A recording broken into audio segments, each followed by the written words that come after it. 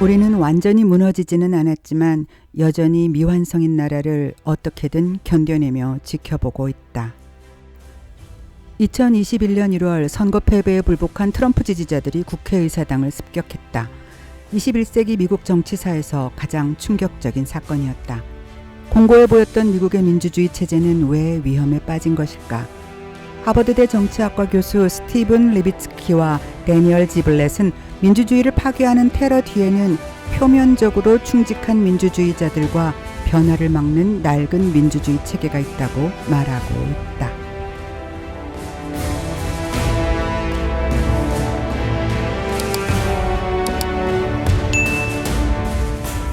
현실을 반영하지 못하는 낡은 체계가 극단주의자와 겉으로만 민주주의를 지지하는 사람들의 손에 들어갈 때 우리의 민주주의는 치명적인 피해를 입게 됩니다. 구성원이 공존하는 민주주의 국가가 되느냐, 소수만이 권리를 누리는 독재 국가가 되느냐, 이 책의 두 명의 저자는 지금 우리가 낡은 제도를 개혁하지 않는다면 더욱 끔찍한 미래를 마주할 수 있음을 강력하게 경고하고 있습니다. 이 영상에서는 이 책의 내용 중 독재의 평범성 부분에 초점을 맞춰 이야기를 이어나가 보려 합니다. 이후 2부, 어쩌면 3부로 이어지는 영상으로 나머지 책의 내용을 함께 하겠습니다.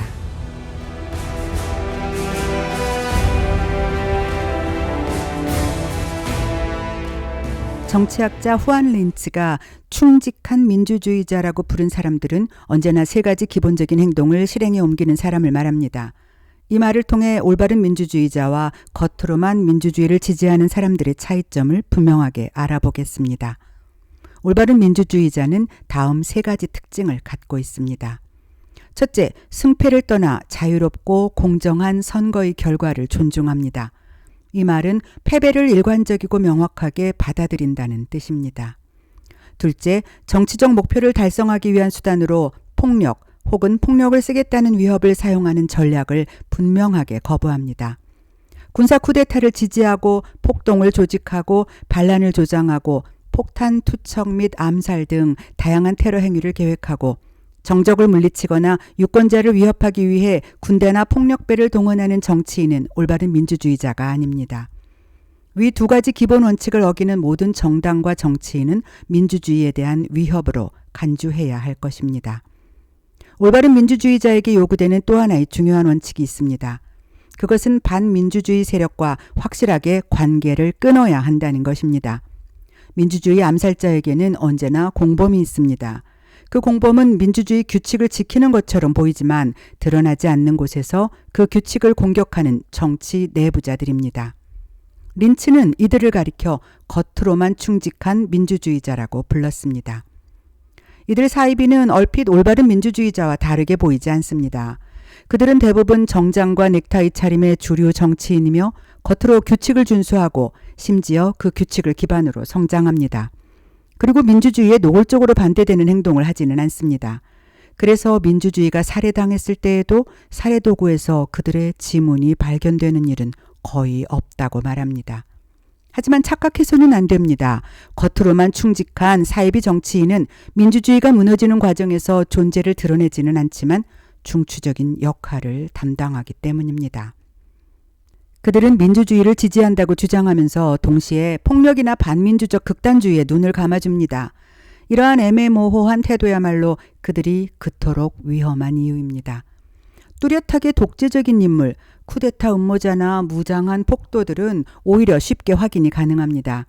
그들은 자신의 힘만으로 민주주의를 무너뜨리기 위한 여론의 지지나 정당성을 충분히 확보하지 못하기 때문입니다. 그러나 겉으로만 충직한 민주주의자가 그들 사이비가 권력으로 나아가는 길에 숨어서 그들과 협력할 때 노골적인 독재 세력은 훨씬 더 위험해집니다. 이들이 전체적인 극단주의자를 용인하고 묵인하고 혹은 이들에 대해 애매모호한 입장을 취할 때 민주주의는 걷잡을 수 없이 곤경에 빠지게 됩니다. 그렇게 그들은 독재를 현실적으로 구현하는 조력자가 되어갑니다. 그렇다면 올바른 민주주의자와 사이비 민주주의자를 어떻게 구분할 수 있을까요? 이를 위한 리트머스 시험지는 정치인들이 자신과 관련된 세력이 폭력적이거나 반민주적인 행동을 했을 때 보이는 반응입니다.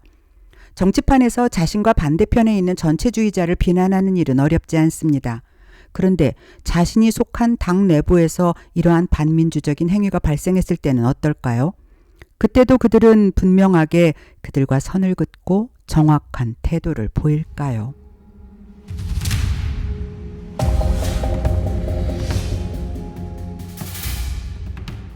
사이비 민주주의자의 행동은 대개는 겉으로 별 문제가 없어 보입니다. 어쨌든 일반적으로 그들은 민주주의에 대한 폭력적인 공격에 직접 가담하지 않은 덕망 있는 정치인이기 때문입니다. 그러나 그건 중대한 착각입니다.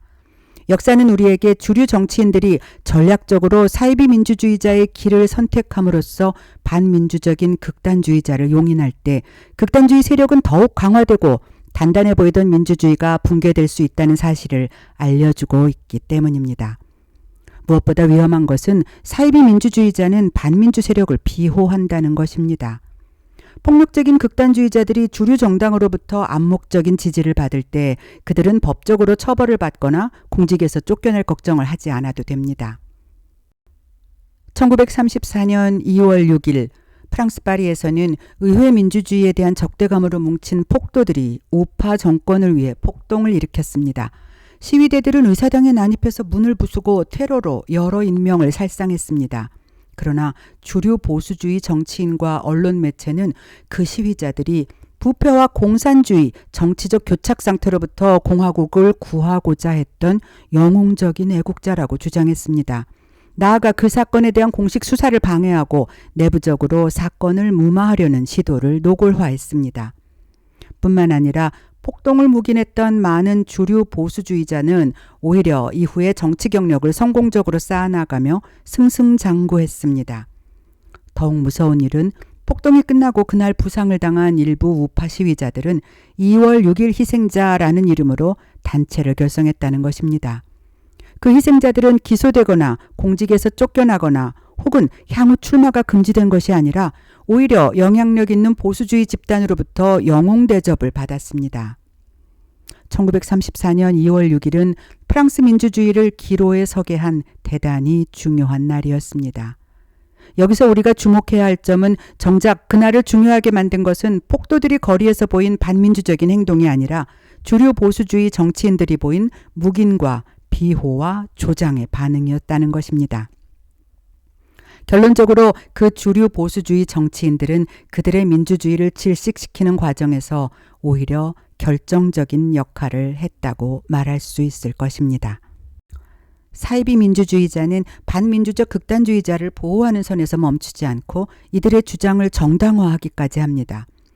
반민주적 극단주의자는 건강한 민주주의 사회에서라면 전혀 관심을 받지 못하는 사람들입니다.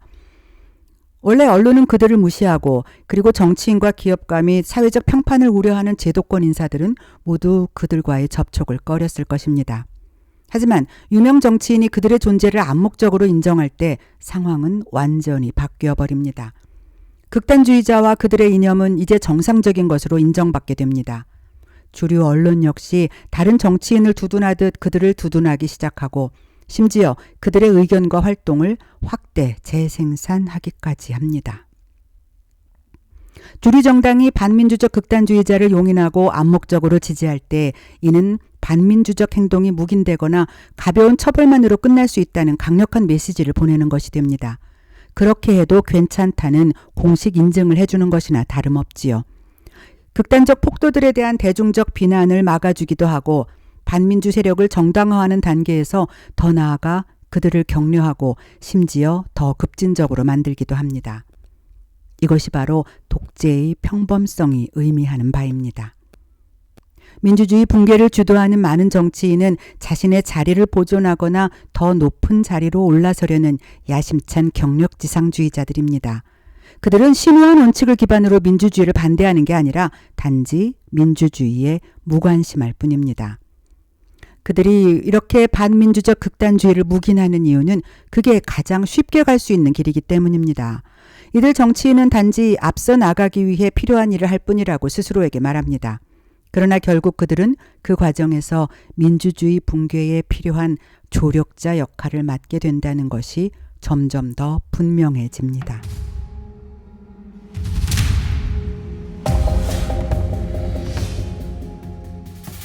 주류 정치인들은 보통 반민주적 극단주의를 현실적으로 가능하게 만들어줌으로써 민주주의를 허물어뜨리는데 동참하지만 이와 함께 그들은 또 다른 방식으로도 민주주의를 무너뜨립니다. 그것은 바로 헌법적 강경 태도를 통해서입니다. 저자가 말한 헌법적 강경 태도를 풀어 이해하자면 그들이 원하는 방식으로 헌법을 해석하고 교묘하게 허점을 찾아내서 틈새를 파고 들어가 결국은 헌법 전체의 전문을 따르는 듯 하면서도 전혀 비상식적인 결론을 만들어내는 데 성공한다는 것입니다. 그들은 헌법을 거시적인 차원에서는 따르지만 그 정신을 교묘하게 훼손시킵니다. 여기서 말하는 것은 모든 민주주의 사회에 존재하는 전투적인 정치가 아니라 법을 정치적 무기로 활용하는 방식입니다. 현대의 법치주의를 신봉하는 우리는 헌법이 아무리 훌륭하게 설계되었다고 해도 기술적인 차원에서 합법적인 형태로 민주주의를 파괴하는 데 사용될 수 있다는 것에 주목해야 합니다. 그래서 헌법적 강경 태도가 그토록 위험한 것입니다. 정치인들은 노골적으로 법을 어기지 않습니다. 그들은 절대 자신의 손을 더럽히지 않으면서 법 안에서 문제를 왜곡하고 결론적으로 원하는 결과를 만들어냅니다.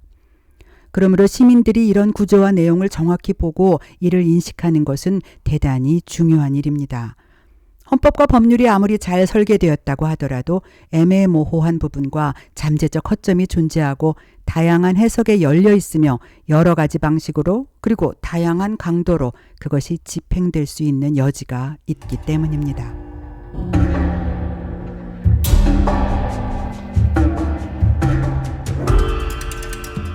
첫 번째, 허점을 이용하기. 어떠한 법이나 법률 체계도 모든 우발적인 사건을 다 다루지는 못합니다. 그러므로 기존의 법과 절차를 구체적으로 적용할 수 없는 상황은 언제나 존재할 수밖에 없습니다. 정치인들은 종종 법망의 허점을 계속해서 이용함으로써 민주주의를 악화시킵니다. 한 가지 사례로 2016년 버락 오바마 대통령이 새로운 연방 대법관을 임명하고자 했을 때 상원이 거부한 예를 들 수 있습니다. 미국 헌법에 따르면 대통령이 연방 대법원 인사를 임명할 때는 상원의 동의를 구해야 한다는 규정이 있습니다. 그러나 150여 년 동안 미국 대통령의 시도를 상원이 가로막은 적은 한 번도 없었습니다.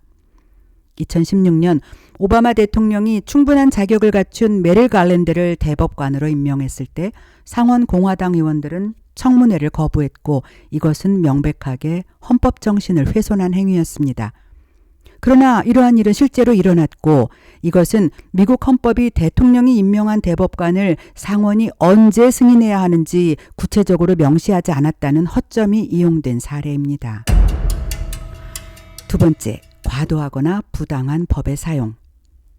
헌법 조항을 부당하게 사용할 때 민주주의는 무너집니다.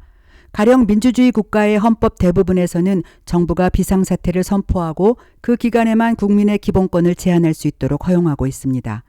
그 조항은 역시 건강한 민주주의 사회에서 인내의 규범에 따라 적용을 받는 것입니다. 즉 정치인들은 그 조항을 주요 전쟁이나 국가적 재앙과 같은 예외적인 상황에서만 사용하는 데 동의해야 합니다. 그들은 진정으로 급박한 상황에서만 유리를 깨고 비상 버튼을 눌러야 합니다. 그렇지 않은 상황에서도 정부가 반복적으로 비상사태를 선포하고 시민의 기본권을 제한할 때 민주주의는 심각하게 훼손당합니다. 그러나 독재를 꿈꾸는 지도자는 헌법이 자신에게 보장한 그러한 권력을 남용하려는 유혹을 종종 느낍니다. 그런 유혹에 빠진 인도의 간디는 법률에 대한 왜곡된 해석을 이용했고 1975년과 1976년에 걸쳐 11만 명이 넘는 반체제 인사들을 체포하고 간단한 서명만으로 언론 검열을 강화했으며 결국은 30년 가까이 이어진 인도의 민주주의 역사를 끝냈고 이후로 저자의 표현에 의하자면 헌법이라는 외투를 걸치고 불행한 독재 통치를 시작했습니다. 세 번째, 선택적 집행. 정부는 법을 외면하는 것은 물론 법을 적용함으로써 정적을 처벌할 수 있습니다. 법 집행은 일종의 헌법적 강경 태도가 될 수 있습니다. 즉 정부는 정적을 겨냥해서 선택적으로 법을 집행할 수 있다는 것이지요. 여기서 정부는 합법적으로 움직이는 듯 하지만 오로지 정적을 겨냥한 것이라는 점에서 법을 무기로 삼는 부당한 방식을 행하는 것이 됩니다. 페루의 독재자 오스카르 베나비데스는 이런 말을 남겼습니다. 친구에게는 모든 것을 적에게는 법을. 네 번째, 법률 전쟁. 마지막으로 정치인들은 공정하게 보이지만 사실은 정적을 겨냥한 새로운 법을 만들기도 합니다. 이를 일컬어 법률 전쟁이라고 부릅니다. 교묘하게 법률을 개정하고 구체적인 조항을 신설함으로써 언론을 장악하고 선거 시스템을 변경하고 주요 공직의 자격 요건을 바꾸는 것 등을 통해 어떠한 유혈 사태도 대규모 체포도 정치적 수감이나 추방 등이 없이도 민주주의의 척추뼈는 하나씩 무너질 수 있습니다. 그리고 이 결과는 치명적이 된다는 것을 우리는 잘 알고 있습니다. 이제까지 나열한 것은 우리나라의 이야기가 아닙니다. 그리고 지금 일어나고 있는 사실도 아닙니다. 그럼에도 불구하고 우리가 이토록 움찔움찔 놀라며 다시 지나간 다른 나라 일들을 들여다보게 되는 이유는 무엇일까요?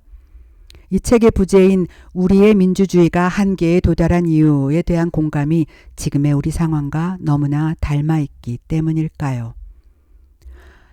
아멘다 고멘의 말을 낮게 다시 읽으며 영상 마무리하겠습니다. 우리는 완전히 무너지지는 않았지만 여전히 미완성인 나라를 어떻게든 견뎌내며 지켜보고 있다.